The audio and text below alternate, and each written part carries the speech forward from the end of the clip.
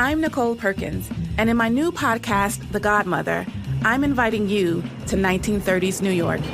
I want to tell you the extraordinary story of Eunice Carter, the trailblazing Black female lawyer who put New York's most notorious gangsters behind bars. Somehow, she's been largely forgotten.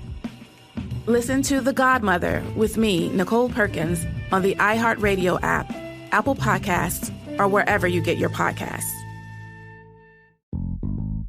Do you feel seen or heard when you watch the news? You mean like the news wasn't really for me? Exactly. Imagine that. The news is made for the comfort of white people. That is the audience they want to curate. The Native Land Pod, we talking about the real things that really matter with real folk. All day.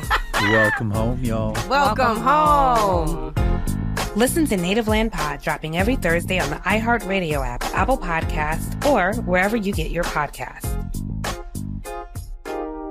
I'm Dwayne Wade, and I've been blessed to have so many titles so far in my life. But now I'm adding podcast hosts with my new podcast called The Why with Dwayne Wade. On this show, I will have intimate conversations with some of the biggest names in sports, in music, in entertainment, in fashion, and we will discuss the whys in their lives. Listen to The Why with Dwayne Wade on the iHeartRadio app, Apple Podcasts, or wherever you can get your podcasts. A group of high school students. Two Elizabethan high school students started a project to research a string of unsolved murders. Their research led to the identification of the killer. Investigators now have an answer to a 34-year-old question. Once you start getting a few tips or a few leads or a few identifications, then the cold case isn't so cold anymore. There's a pretty good chance he's still alive. Everything that the students predicted through their profile turned out to be accurate. Redhead killer profile, male, Caucasian, 5'9" to 6'2", 180 to 270 pounds. Unstable home, absent father and a domineering mother. Right-handed, IQ above 100, most likely heterosexual. There is no profile of this killer except for the ones the students created. Just because some of these women no longer have people to speak for them does not mean that they deserve to not be spoken for. What if this guy's still alive? Like, what if he comes after us? I said, are you going to kill me? And he said, yes. This is Murder 101, Season 1, Episode 2, with a little help from my friends. I'm Jeff Shane, a television and podcast producer at KT Studios with Stephanie Leidecker, Courtney Armstrong, and Andrew Arno. Once the class had named their killer, they wanted to focus on the victims connected by his senseless crimes. Who were these 6 women, and why did he choose them to die? How do 6 women go missing and nobody knows that they're missing? There were 6 victims, all with red or reddish hair. Only one of the victims is identified. They were found along highways or interstates. Most of them were in Tennessee. There was one in West Virginia, Kentucky. They were all around the South, so we named the killer the Bible Belt Strangler just because he was killing in the Bible Belt. Most of them were suffocated. They also had some other interesting similarities. They were all white. All of them were estranged from their family. Many of them were transient, oftentimes involved with prostitution. And it appeared that many of them were actually abducted on or along the interstate. So there was this tie to these interstates. They were either pregnant, had recently lost a baby, or had had a C-section. So there were some very interesting things. So they were all killed up close with the hands. So some of them had blunt force trauma or suffocation or strangling was how they died. So those are the major similarities. It's scary to think that somebody in my community or in any community could go missing and nobody look for her. Nobody know her name, and she be found a state away and nobody knows that she's from here.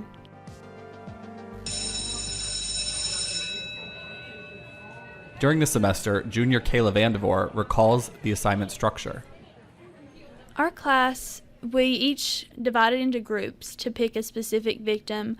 We got to know every detail about that victim, and we felt very connected to our victim. I had the West Virginia victim, and I picked her because I have family in West Virginia, so I felt very connected to her. I felt like, I would basically say I felt like she was family because I'd worked so hard to find her justice. Here's what we know about each victim according to Mr. Campbell's class's research. The Campbell County Jane Doe. On January 1st, 1985, the body of a woman was found disposed of over the side of the guardrail near Stinking Creek in Campbell County, Tennessee. The body was hauled up the embankment off the southbound side of Interstate 75 near the small town of Jellicoe. The victim had been dead for an estimated 3 days and was in an advanced state of decomposition. She had been beaten, bound with strips of cloth taken from her shirt, and strangled with a ligature. She was Caucasian and had shoulder-length curly red hair. Her age was estimated to be between 17 and 25, but possibly as old as 30. The victim was found clothed in a tan pullover, a shirt, and jeans. The young woman had freckles over her body and various scars, including a burn mark on one arm. She was 10 to 12 weeks pregnant when she died. She had a partial upper denture holding 2 false teeth. It is believed that she was between 5'1" and 5'4" when she died and was approximately 110 to 115 pounds with green eyes. Additionally, she had been wrapped in what has been variously described as a blanket, comforter, or bedspread. Cheatham County Jane Doe.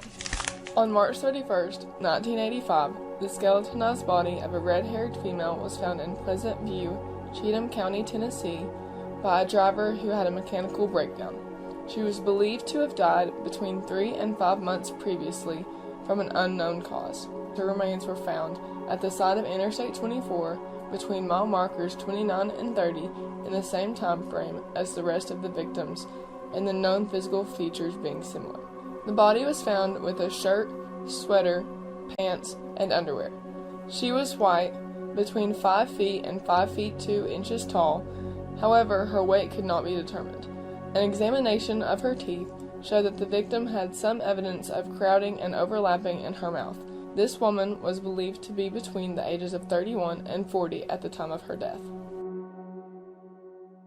The Knox County Jane Doe. On April 1st, 1985, the body of a woman was found in a large white Admiral refrigerator in Gray, Knox County, Kentucky, alongside Route 25. Her death was by suffocation. Contradicting reports have her being killed from the night before to a few days earlier. Distinguishing features of the body included a number of moles on the right side of her neck, near one ankle, and below each breast, a yellow-stained upper incisor, and a scar and other marks on her abdomen, indicating that she had borne at least one child. Her eyes were light brown, and hair was red and nearly a foot long, which fit the pattern of the redhead murders. After the autopsy, this victim was determined to be between 24 and 35 years old, and approximately 4 feet 9 to 4 feet 11 inches tall. The victim was nude except for 2 distinctive necklace pendants, one of a heart and the other of a gold-colored eagle, and 2 pairs of socks, one white and the other white with green and yellow stripes. There were reports that the victim may have been soliciting a ride to North Carolina over CB radio, and she could have been at a nearby truck stop the previous night. 500 people attended the Jane Doe victim's funeral, which was even televised, and a headstone and burial plot were donated. The case was a local sensation as the town was a quiet and sleepy place where little out of the ordinary usually happened. The DeSoto County Jane Doe is a woman found murdered on January 24, 1985 in Olive Branch, Mississippi. The victim was found by a truck driver driving southbound on U.S. Highway 78, 100 feet east of Coldwater River Bridge at around 7:30 a.m. Her body was 20 feet south of the highway and her shoes, undergarments, and jacket were missing. She was strangled with a ligature and possibly sexually assaulted. Authorities speculate she may have been tossed over the side of the bridge. She was estimated to be 20 to 40 years old. She was approximately 5 feet 2 inches to 5 feet 4 inches tall, with a weight of 105 to 130 pounds. She is believed to have been a heavy smoker. She had 3 piercings in each ear and her fingernails were deeply bitten. She also was a Caucasian with red hair. The Campbell County Jane Doe. On April 3, 1985, the skeletonized partial remains of a young girl were discovered about 200 yards off Big Wheel Gap Road, 4 miles southwest of Jellicoe, Tennessee, in Campbell County, near a strip mine. She was believed to have been dead between 1 and 4 years. Her age was estimated between 9 and 15 years old. She was found by a passerby in an area where trash was often dumped, and it appeared her body had been moved from its original site because of animal activity. The cause of death was listed as undetermined, which did not rule out homicide. 32 bones, including her skull, were recovered from the scene. Walker was Caucasian, had a very small build with red hair and freckles. A necklace and bracelet made of plastic buttons were found nearby, as well as a pair of size 5 boots and a few scraps of clothing. The Greene County Jane Doe. On April 14, 1985, the body of a young white female was found in Greenville, Greene County, Tennessee. Her body was discovered by a fisherman in the brush beside a small creek that was 58 feet from the exit ramp for Geraldstown Road. She was determined to have been killed between 3 and 6 weeks previously, and her body was in an advanced state of decomposition. She appeared to be beaten and died most likely from blunt force trauma, which caused a head wound and could not rule out a laceration to an internal organ. However, decomposition hindered these assessments. She had been approximately 6 to 8 weeks pregnant shortly before she died, but had miscarried before her death. She was estimated to be 14 to 20 years old, possibly as old as 25. She was approximately 5 feet 4 inches to 5 feet 6 inches tall, with a weight of 130 to 140 pounds. She had a slight overbite and had some fillings in her teeth, showing that she had dental care in her life. Her fingernails had pink polish. She had light brown to blonde hair with red highlights. Only one of the 6 victims would be identified. The Crittenden County Jane Doe. On September 16, 1984, the body of a woman was found in Crittenden County, Arkansas, along Interstate 40 near West Memphis. Despite all the traffic, her body lay alongside the highway for 4 days before a hitchhiker noticed Nichols' corpse and contacted local authorities. She was found near the exit ramp. Her body had been there for several days and was beginning to decompose. Her body was covered only by the remnants of a knit top. She had been killed by strangulation. She was identified as a 28-year-old Lisa Nichols. She was Caucasian and had a petite frame. Her family members described her as growing up with beautiful red hair, but many would characterize it as strawberry blonde by this time. She was identified by a couple from Florida who had allowed her to stay with them for a period of time. She was positively identified through fingerprints.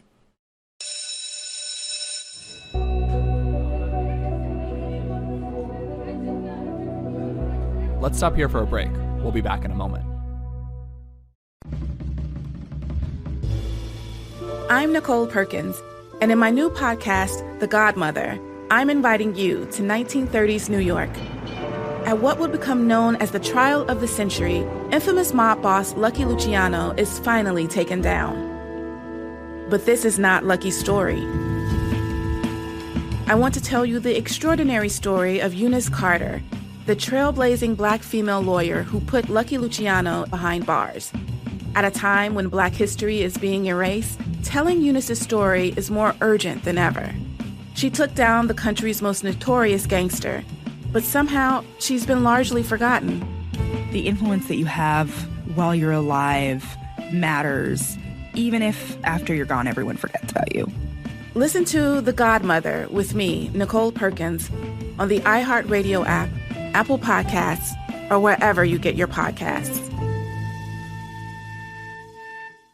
What is up with this cable news echo chamber, Tiff? Hello? Hello? Hello?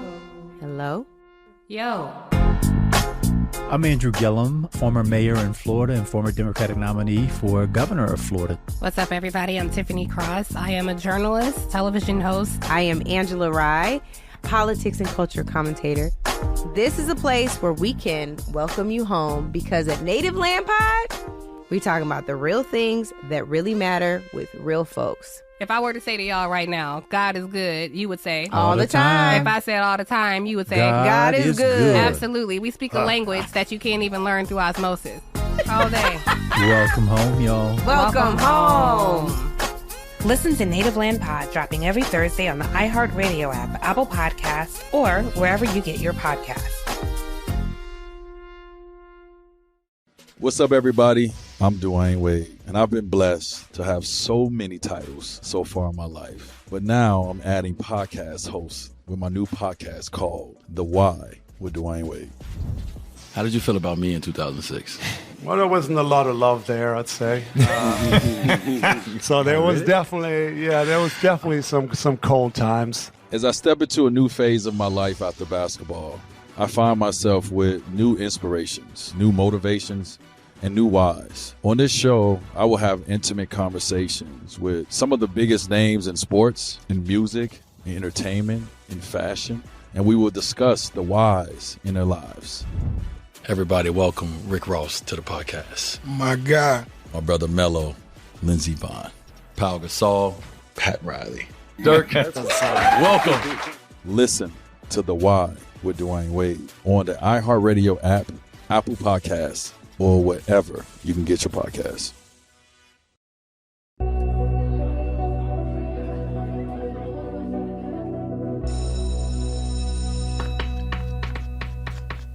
Murder 101.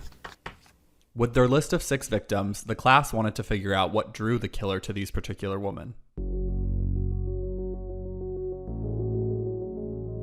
We really looked at 2 parts, the how of the crime and the why of the crime. So the how would be things like picking up people along the interstate, killing them with a knife or something like that. But the why is really what drives the killer to do this. Why do they want to choose a redhead? Why do they want to choose Caucasian? Why do they want to choose somebody who's in the sex trade? Why would they prefer to kill them with their hands instead of a gun or a knife? That's what makes each killer an individual, is that there's this profile they share which hardly any other killer will match.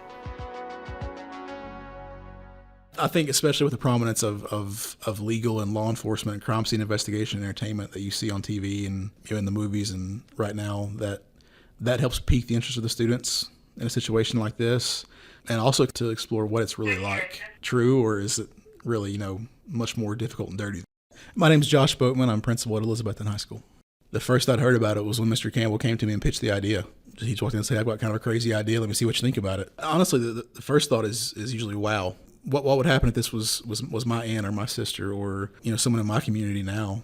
How would I feel and what would I want the justice system to do? But how did the project fit into Elizabethton High School's curriculum? Our job is obviously to teach academic standards in your English and math and science, but even more so, we have a social responsibility to our students to prepare them for life after school. How do you engage with people? How do you engage with your community? How do you apply what you've learned? I think that as a school, we're really focusing heavily on right now is how can we take this basic core knowledge and really apply that to our personal lives? Would I rather be doing something like that or sitting in class learning from a textbook, hearing a lecture from a teacher? Really just kind of thought it'd be a great idea for the kids to apply what they're learning and kind of take ownership. When the students step into a role where they're learning and their application of knowledge ties to the community and ties to the world around them, and they become passionate and interested in the subject matter, the learning almost comes as a secondhand product of that, and it's fun and it's exciting for them, and they're engaged in a way that you don't always see students. If you look back in human history, at times a 15, 16, 17-year-old was considered a grown adult and had grown responsibilities. And too many times we don't expect enough of our youth. Yes, they still need mentoring, they still need help, they still need guidance, but they're capable of phenomenal things. As the semester continued, the class worked in groups to uncover information. We shared information, like if the group that was working on a victim found something that might help another group, they shared that. One group found the podcast that Shane had done about the murders, and then we'd relay all our information to Mr. Campbell and he would make the phone calls. And then Alex found me through Facebook and explains that he's a teacher out of Tennessee, and his class noticed that one of the Jane Does in this case is in their county, and he would like to do some type of project with his students. To be honest with you, I thought that it was a weird prank. So I'm Shane Waters from Foul Play Crime Series podcast. Been doing this podcast for a long time. Started it in January of 2014, which makes it one of the only crime series podcasts that predates Serial. Shane Waters is a podcaster and journalist who happened to be working on a story about the same 6 women. I try to come up with some type of similarities between the victims and try to find some type of link of which ones were more than likely linked together. And that's when I came with the 6. The only one that I thought could be the 7th was a young child who was also found in Campbell County. But she was so young, and I thought that was going to be a really far-fetched thing just because of her age. So I ended up not including her and just calling it the 6. When Alex and I had our first conversation, he was like, "How many did you come up with?" And I was like, 6. And he's like, "What 6?" And I told him which 6 I had, and he's like, "That's funny because that's the 6 we had." Shane had a deep connection that drew him to this story. So before I went into college, I was actually homeless. I was in high school and I was homeless. Yeah, and because of the experience of being homeless, I would go on, and that's why I was so determined to make sure that these women who people were calling throwaway people, that people, take them seriously. But I know what it's like to feel less than a human being and for other people to treat you like that. Which is why, when Shane first connected with Mr. Campbell, he felt it was important to make sure the class was going to handle these cases with care. And the very first conversation I had with him when he told me that his students wanted to work on this case, I was very nervous because I already knew at that point in time why the case in this series of cases had gone cold. I knew that it was because society was treating these women less than people. So I was curious on how high school students would portray sex workers. I was amazed that they understood and that they came away with the understanding of knowing that these women weren't defined by where they were in that point in their lives.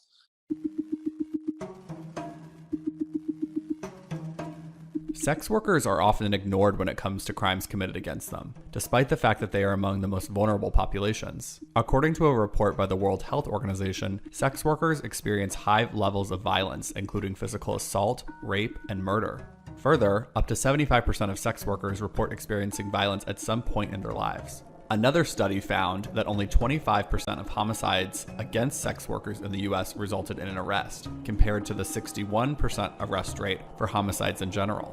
Ignoring crimes against sex workers perpetuates the stigma and discrimination that these people face, making it more difficult for them to access services and support when they need it the most. This is a human rights issue that requires urgent attention and action by policymakers, law enforcement, and society at large.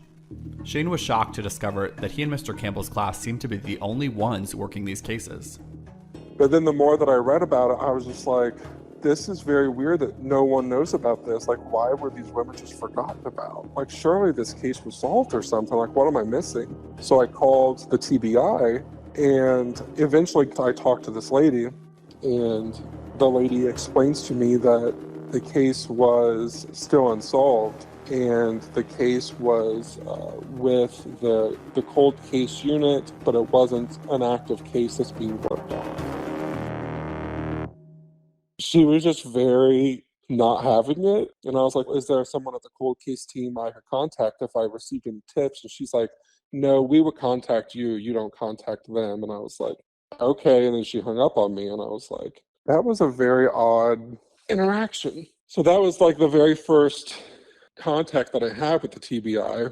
I was very confused at that point on, one, why the case wasn't being covered in the media since the 80s, and then also why the TBI was telling me that it wasn't being worked. Soon, Shane and the class got into a groove. It was kind of like they were working in a classroom and doing like the FBI work and like the book work, like the textbook work. And then I was out in the field doing the on-the-ground work and talking to people. And then I would go back to the school and report back. And we would collaborate then. So I would go out and go to the locations and talk to all these people and, actually see the locations where these women were dropped and talk to the locals, talk to the people who own the property, talk to eyewitnesses. So each time I found those bits and pieces, I would kind of go back to the school to report my findings. For Shane, there were advantages to having the class have his back. I'm out there talking to people, and the last thing I'm sure the killer would have wanted was for work to get out, So the fact that I have a classroom of students and a teacher in Tennessee who, if I go missing, they would be ringing doorbells, you know what I mean? So that also was comforting as well, because it was kind of scary, to be honest with you, because I don't know if you've ever been to rural Kentucky or Tennessee or West Virginia, but you don't have cell phone service out there. So you're going and knocking on doors, and you don't know who is going to be answering that door, or if you're going to be very welcomed. Like it's kind of scary. I'm almost shaking right now just telling you about it. I'm a very large person. Like I'm very, very tall, and you're out there alone. It was a little scary, I'm not gonna lie. Shane Waters wouldn't be the only ally the class had. I always had, I respected law enforcement, but, it's kind of offensive in a way when somebody says, well, you're a wannabe cop. It's like, if I wanted to be a cop, I perfectly well could have been. If I'd wanted to be, I could have took the normal route. I'm not trying to go behind the scenes. I don't want to be a cop. So my name is Todd Matthews, and currently I'm the executive director for Doe Network, and then NamUs, the National Missing and Unidentified Person Systems. NamUs is based on dental records, DNA, fingerprint analysis, and fairly clinical descriptions in the circumstances of disappearance or condition that a body was found. So it's very, very not outside the layman's ability to understand, but it's very, very scientifically written to the point that it's very clinical. And the Doe Network, we use anecdotal data.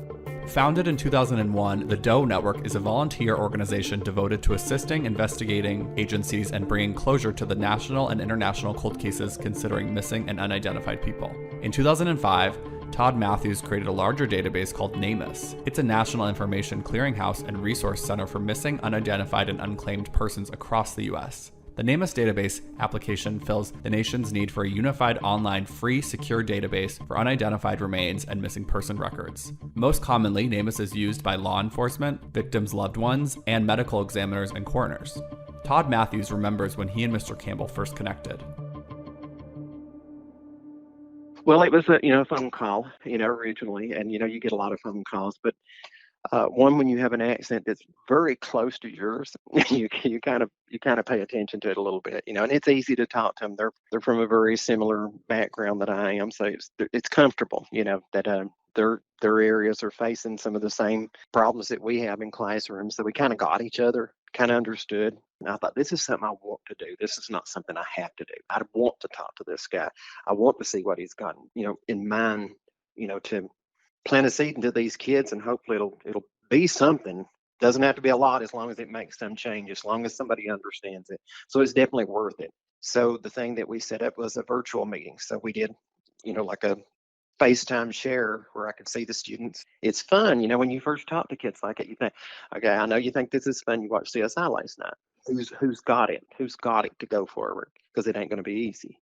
So, you just got to let the cream rise to the top. And they had the interest, they had the desire, they had the youth, and they had the numbers, all those eyes and all those hands. So a lot of what they did was, just going through like what would be the basic thing you would do, comparison, process of elimination. So they were asking kind of high level questions.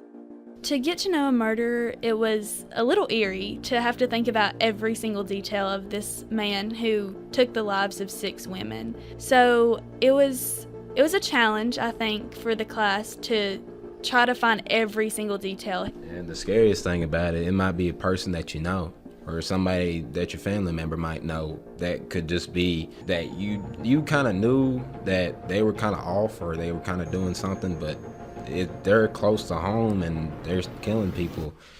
It really does shock you.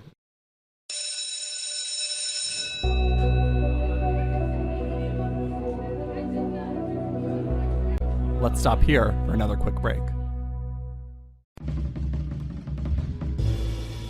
I'm Nicole Perkins, and in my new podcast, The Godmother, I'm inviting you to 1930s New York. At what would become known as the trial of the century, infamous mob boss Lucky Luciano is finally taken down. But this is not Lucky's story. I want to tell you the extraordinary story of Eunice Carter, the trailblazing Black female lawyer who put Lucky Luciano behind bars.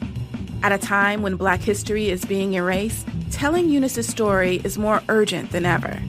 She took down the country's most notorious gangster, but somehow she's been largely forgotten. The influence that you have while you're alive matters, even if after you're gone, everyone forgets about you. Listen to The Godmother with me, Nicole Perkins, on the iHeartRadio app, Apple Podcasts, or wherever you get your podcasts.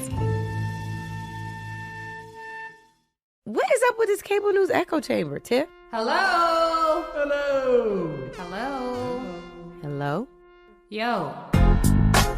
I'm Andrew Gillum, former mayor in Florida and former Democratic nominee for governor of Florida. What's up, everybody? I'm Tiffany Cross. I am a journalist, television host. I am Angela Rye, politics and culture commentator. This is a place where we can welcome you home because at Native Land Pod, we talking about the real things that really matter with real folks. If I were to say to y'all right now, God is good, you would say all the time. If I said all the time, you would say God is good. Absolutely. We speak a language that you can't even learn through osmosis. All day. Welcome home, y'all. Welcome home. Listen to Native Land Pod dropping every Thursday on the iHeartRadio app, Apple Podcasts, or wherever you get your podcasts. What's up, everybody? I'm Dwayne Wade, and I've been blessed to have so many titles so far in my life. But now I'm adding podcast hosts with my new podcast called The Why with Dwayne Wade. How did you feel about me in 2006? Well, there wasn't a lot of love there, I'd say. So there was definitely some cold times. As I step into a new phase of my life after basketball, I find myself with new inspirations, new motivations, and new whys. On this show, I will have intimate conversations with some of the biggest names in sports, in music, in entertainment, in fashion, and we will discuss the whys in their lives. Everybody, welcome Rick Ross to the podcast. My God. My brother Mello, Lindsey Vonn, Pau Gasol, Pat Riley. Dirk, welcome. Listen to The Why with Dwayne Wade on the iHeartRadio app, Apple Podcasts, or wherever you can get your podcasts.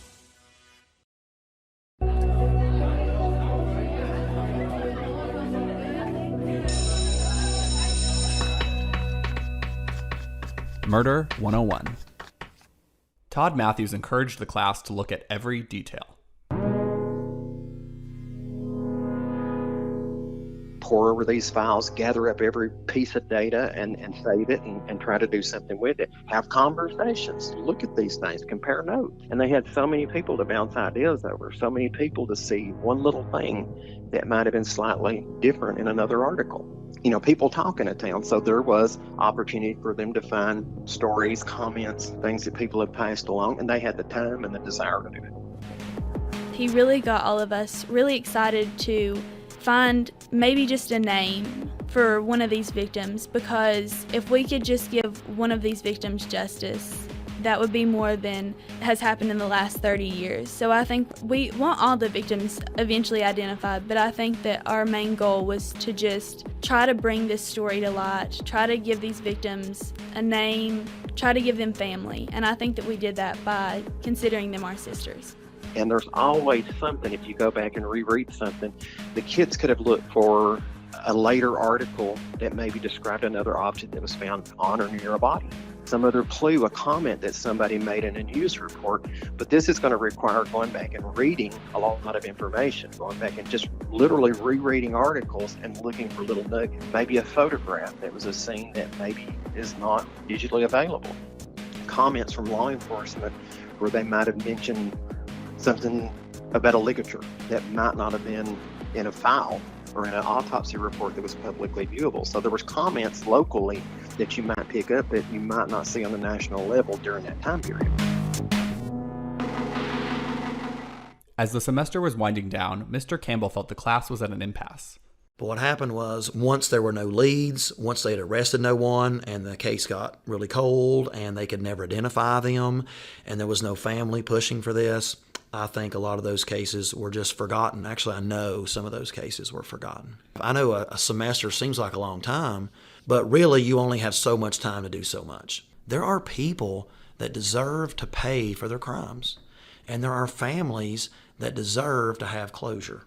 And so I think that they realized that if we didn't do something now, in 10 years, how many witnesses are left? Or in 20 years, is this person still alive? So it was really strange that even though it was over 30 years ago, I think there was a sense of like immediacy that they needed to do something now because it was going to be too late eventually.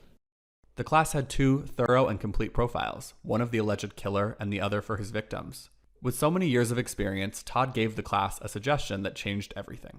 The best way to try and help identify a serial killer is to identify bodies that we think are attributed to that serial killer. So I would say the ultimate goal is to spread the word and get these victims' faces out there. Maybe somebody could recognize someone. And see, here's the issue. Law enforcement never determined that any of these murders were related to one another. In class, one day, one of the students came up with a brilliant idea. Once we had this information, I told the students, what are you going to do with it? You have something that nobody else has. You have a lot of evidence that all these 6 are connected, and you have this profile of this person. So what do you want to do with that? So the students said they wanted to share it so that others could have the profile. And so that's when the students came up with the idea of trying to, share this, with everybody to do, was they said, well, how would, if the police had a profile and they were looking for a certain person, what would they do? Well, they'd have a press conference. They would get the information out. So the students decided that they wanted to hold a press conference at the school. We invited different law enforcement officials, different media and news outlets. To connect the murders would make these cases go from single murders to a serial killer in the eyes of law enforcement. So we began to work very hard with the police agencies from 4 different states that were involved. And also we looked up all the print media and the TV media that are in those areas and asked them if they would all run a story on the same day and kind of have a region-wide media blitz. And so that was their strategy, get as many police and media people involved as possible to get the word out to as many people as possible to try to generate some leads that would help in the case. We knew that we needed to spread the word for it and get more people aware of what happened, especially in the areas where these women were found. It went from a class investigating something to a class trying to share something with the rest of the world to try to have an impact or to create some change. During the semester, Mr. Campbell's students discussed their motivations. It's important to bring justice to these women because, like many of us, they have families and people who cared about them. They might not know they're missing, or they might be estranged, but they're still a person. They still had a voice. The women didn't have anybody to fight for their right to be found because no one was pushing for it. We're finally giving them the justice that they deserve, whether they were estranged from their family, whether they may have been prostitutes or not. They still deserved to have this justice. The Bible Belt Strangler could still be out there. If you look at the age range that the students have and the times it's elapsed, he's getting a little older, but there's a pretty good chance he's still alive. During the semester, the class talked to a local reporter. He deserves to pay for what he did. He needs to come and face the consequences of what he did. So you think this guy is still alive and out there? I'm not sure that he's still a truck driver, but I do think that he is still alive. Do you think we're going to find the Bible Belt Strangler? Yes, I do. It's just a matter of time now that the word's out. More on that next time. Murder 101 is executive produced by Stephanie Lydecker, Alex Campbell, Courtney Armstrong, Andrew Arno, and me, Jeff Shane. Additional producing by Connor Powell and Gabriel Castillo. Editing by Jeff Twa and Davey Cooperwasser. Music by Vanacore Music. Murder 101 is a production of iHeartRadio and KT Studios. For more podcasts from iHeartRadio, visit the iHeartRadio app, Apple Podcasts, or wherever you listen to your favorite shows.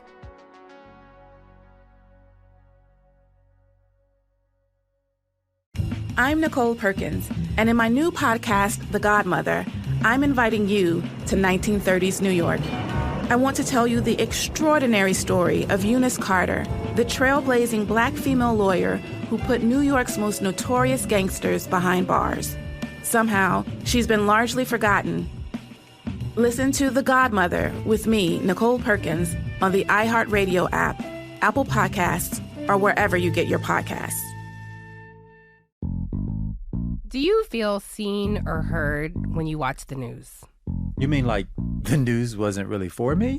Exactly. Imagine that. The news is made for the comfort of white people. That is the audience they want to curate. The Native Land Pod, we talking about the real things that really matter with real folk. All day. Welcome home, y'all. Welcome home. Listen to Native Land Pod dropping every Thursday on the iHeartRadio app, Apple Podcasts, or wherever you get your podcasts. I'm Dwayne Wade, and I've been blessed to have so many titles so far in my life. But now I'm adding podcast hosts with my new podcast called The Why with Dwayne Wade. On this show, I will have intimate conversations with some of the biggest names in sports, in music, in entertainment, in fashion, and we will discuss the whys in their lives. Listen to The Why with Dwayne Wade on the iHeartRadio app, Apple Podcasts, or wherever you can get your podcasts.